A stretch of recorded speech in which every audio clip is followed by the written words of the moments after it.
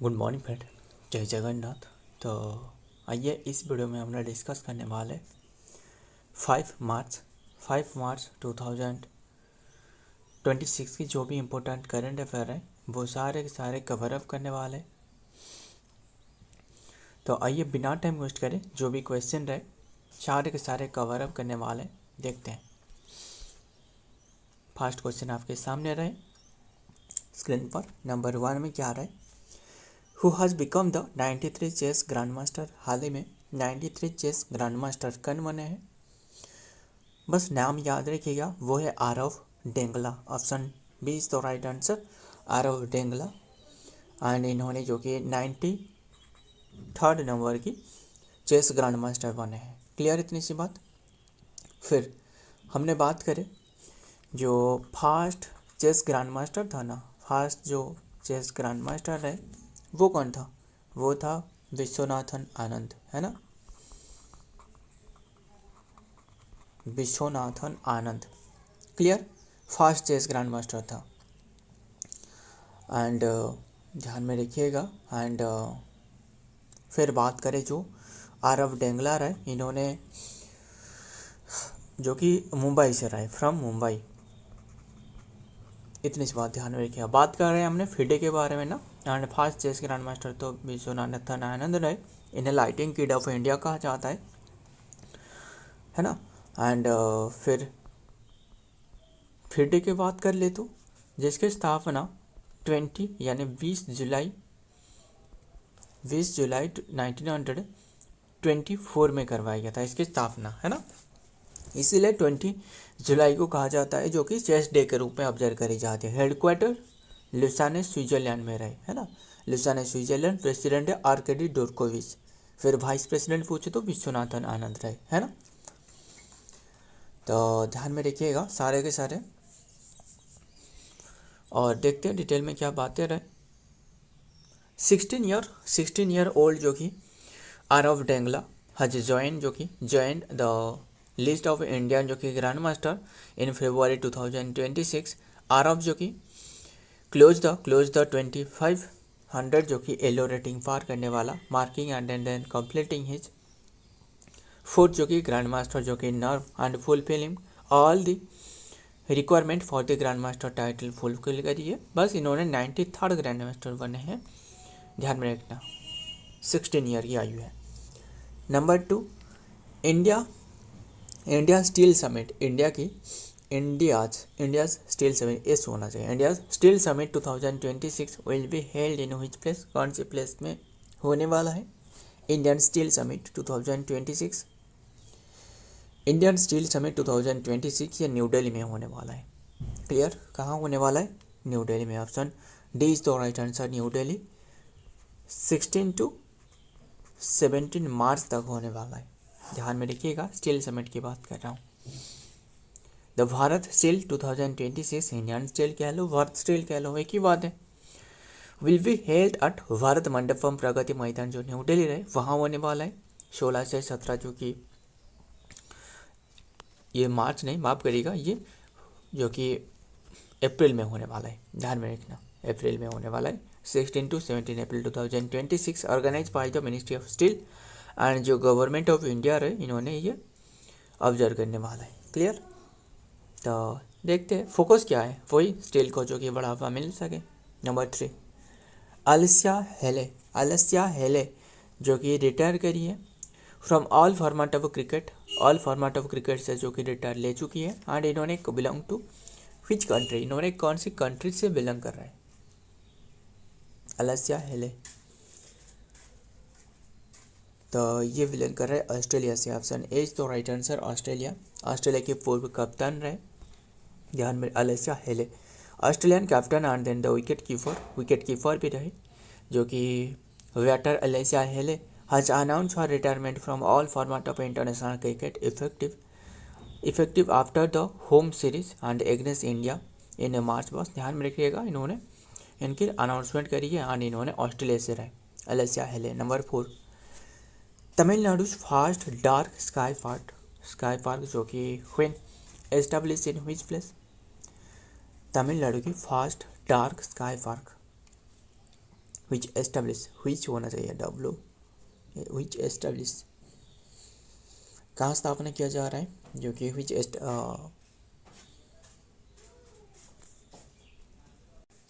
तमिलनाडु विच भी नहीं होना चाहिए, क्या होना चाहिए, Tamil Nadu fast dark park win establish, ये विन होना चाहिए, win establish in which place, कौन सी प्लेस में ये स्थापना की जाएगी, ये कोली हिल्स में। Option C is the right answer, Koli hills.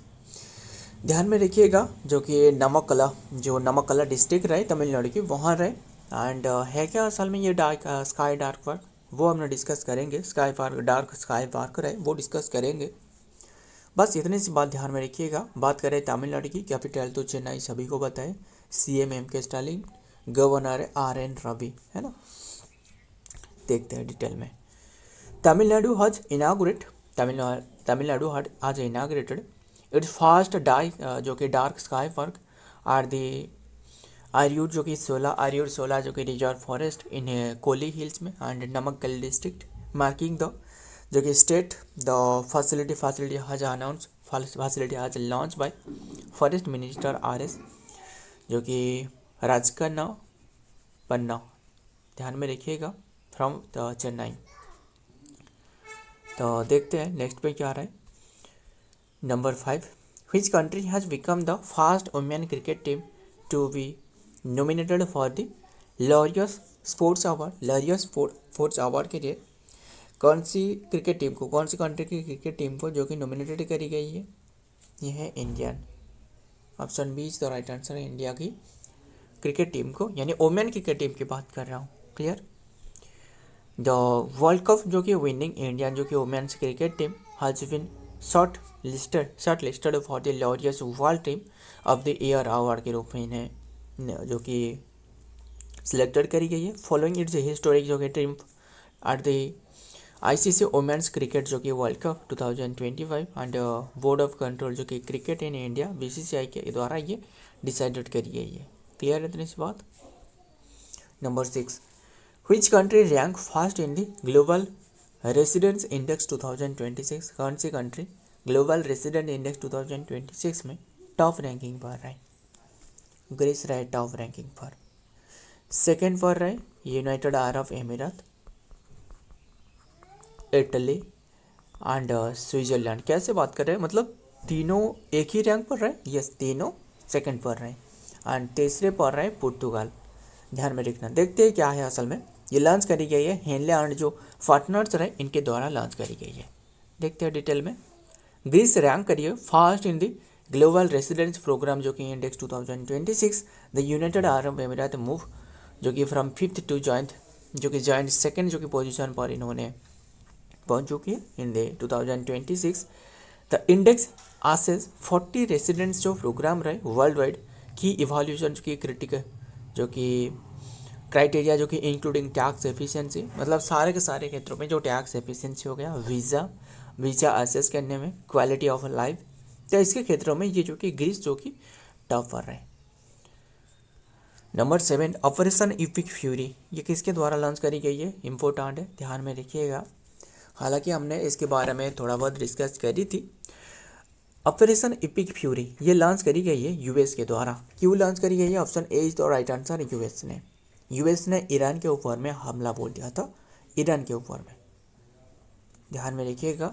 And Iran ने भी जो कि ट्रू प्रॉमिस के तहत जो कि अटैक करी थी, है ना, ट्रू प्रॉमिस के तहत, वो तो पता ही होगा। एंड तो ये ऑपरेशन इपिक फ्यूरी ध्यान में रखिएगा। एंड ऑपरेशन आपको अगर पूछे ऑपरेशन लायन रोर सिंह की दहाड़, ये इजराइल ने लॉन्च करी थी, किसके ऊपर में, ईरान के अगेंस्ट में, है ना, ईरान के अगेंस्ट में। तो ध्यान में रखिएगा। एंड ईरान की ये युद्ध के बीच में जो कि ये तो पता ही होगा सभी को, अयातुल्ला जो खमीनी रहे, अयातुल्ला खमीनी, इनकी डेथ हो चुकी है, ध्यान में रखना। एंड देखिए असल में बात यही है कि 1979 से पहले इजराइल, USA एंड ईरान आज से दोस्त हुआ करते थे। एंड जो मतलब जबकि रूल चल रहा था सामो हमद रेजा जो रहे, इनकी रूल चल रहा था तभी के टाइम में, जो कि अच्छे रिश्ते हुआ करता था तीनों के बीच में। बट जब 1979 के बाद जो आयतुल्ला खामेनी रहे, इनकी जो सरकार जब सत्ता में आई, तो इन्होंने इसराइल को एक दुश्मन की तरह देखने लगे। एंड इन्हें जो लैंड रहे इन्हें नहीं देना चाहते थे, काफ़ी बातें रहे, तो इसीलिए जो कि इनके साथ संघर्ष चल रहा है। एंड अभी के टाइम में एक बहुत ही बड़ी जंग की झड़प जा चुकी है। एंड बस ध्यान में रखिएगा, बात करें ईरान के बारे में, और ईरान ने भी और एक भी जो कि ऑपरेशन की भी शुरुआत करी थी। वो था क्या था, मतलब ये जो आयतुल्ला खामेनी रहे ना, इनकी डेथ के बाद भी ये जो युद्ध रहे वो और भी सक्रिय हो चुकी है। जैसे कैपिटल पूछे तो तेहरान हो गया, एंड करेंसी है ईरानियन रियाल इसके रहे। एंड ध्यान में रखिएगा, इनके जो सुप्रीम लीडर रहे, प्रेसिडेंट तो नहीं या फिर पीएम तो नहीं, इन्हें सुप्रीम लीडर कहा जाता है। इनकी डेथ हो चुकी है। एंड अंडर जो कि प्रेसिडेंट डोनाल्ड ट्रंप, जो कि vowed command the United State military in the unleashing जो कि ओवरवेलमिंग फोर्सेस इन ऑपरेशन जो कि पिग फ्यूरी इन्होंने लॉन्च करी है।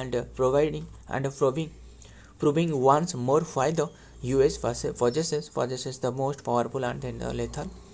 बस ध्यान में रखिएगा। और भी एक बात बता दूँ, जबकि जो ईरानियन शिप रहे, मतलब 200 से ज़्यादा ट्रूप लेकर जो कि जा रहे थे, कहाँ जा रहे थे, इंडियन ओशन में जा रहे थे, जबकि भारत से लौट रहे थे। तभी इंडियन ओशन में भी इनके जो यूएस की जो टॉर्पेडो रहे, इन्होंने अचानक पानी के बाहर आए, पनडुब्बी जो रहे बाहर आई, एंड हमला बोल दिया। एंड हमला के बाद लगभग 100 से ज़्यादा जो कि ट्रूप्स जो रहे, यानी ईरानियन ट्रूप्स रहे, इनकी डेथ हो चुकी है। ध्यान में रखिएगा। एंड इंडिया अभी के टाइम में भी चुप रहे, मतलब अभी के टाइम में भी बिल्कुल कोई भी मतलब जो ह्यूमैनिटेरियन एक्टिविटी रहे वो भी नहीं दिखाई है। पता नहीं मतलब इंडिया सरेंडर कर गई या फिर सरेंडर, वो तो साफ साफ दिख रहा है कि यूएस के सामने इंडिया झुक रहा है, यानी सरेंडर कर रहा है। खैर वो सारे के सारे रहने देते। बस ये अभी के टाइम में देखने को मिल रहा है, जो कि ये इंडियन ओशन में ये हादसा हुई है हाल ही में, मतलब कल या फिर परसों की बात है।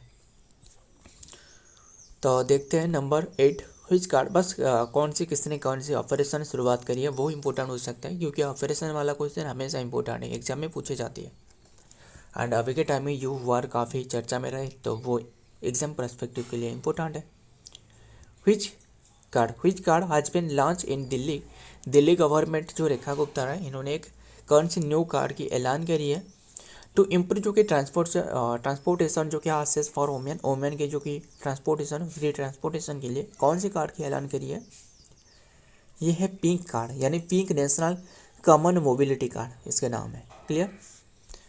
तो ध्यान में रखिएगा। देखते हैं दिल्ली हैज इंट्रोड्यूस द जो कि सहेली पिंक स्मार्ट जो कि card to improve mobility and safety for the women's जो कि कम्यूटर्स जो कि वुमेन के लिए। एंड द कार जो कि enhance the free travel on all city buses जो रहे, इनमें फ्री जो कि ट्रैवल मिल सके। एंड प्रोवाइड जो कि integrated access to Delhi metro and then the RRTS service. Clear इतनी सी बात? आगे देखते हैं। Number 9 national safety day observe करी जाती है कौन सी डेट में? National safety day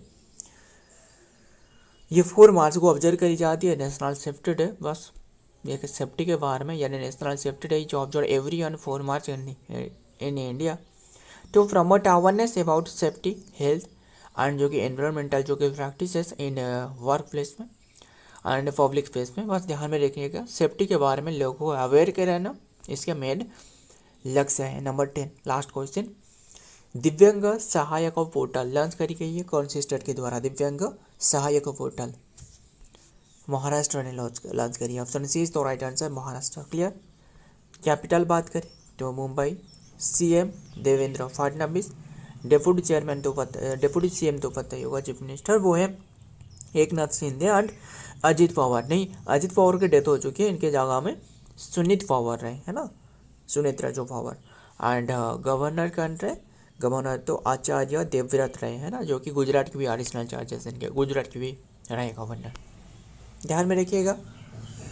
and Maharashtra जो कि गवर्नमेंट लॉन्च करिए कंट्रीज फर्स्ट इंटीग्रेटेड जो कि दिव्यांग सहायक पोर्टल टू स्ट्रीमलाइन जो कि वेलफेयर स्कीम जो कि फॉर पर्सन विद डिसेबिलिटीज यानी जो फिजिकल डिसेबिलिटीज रहे एंड इम्प्रूव जो कि implementation of the right of the pension जो right of person with disabilities act 2016 के तहत इन्हें जो भी एक्ट रहे राइट रहे वो इन्हें मिल सके।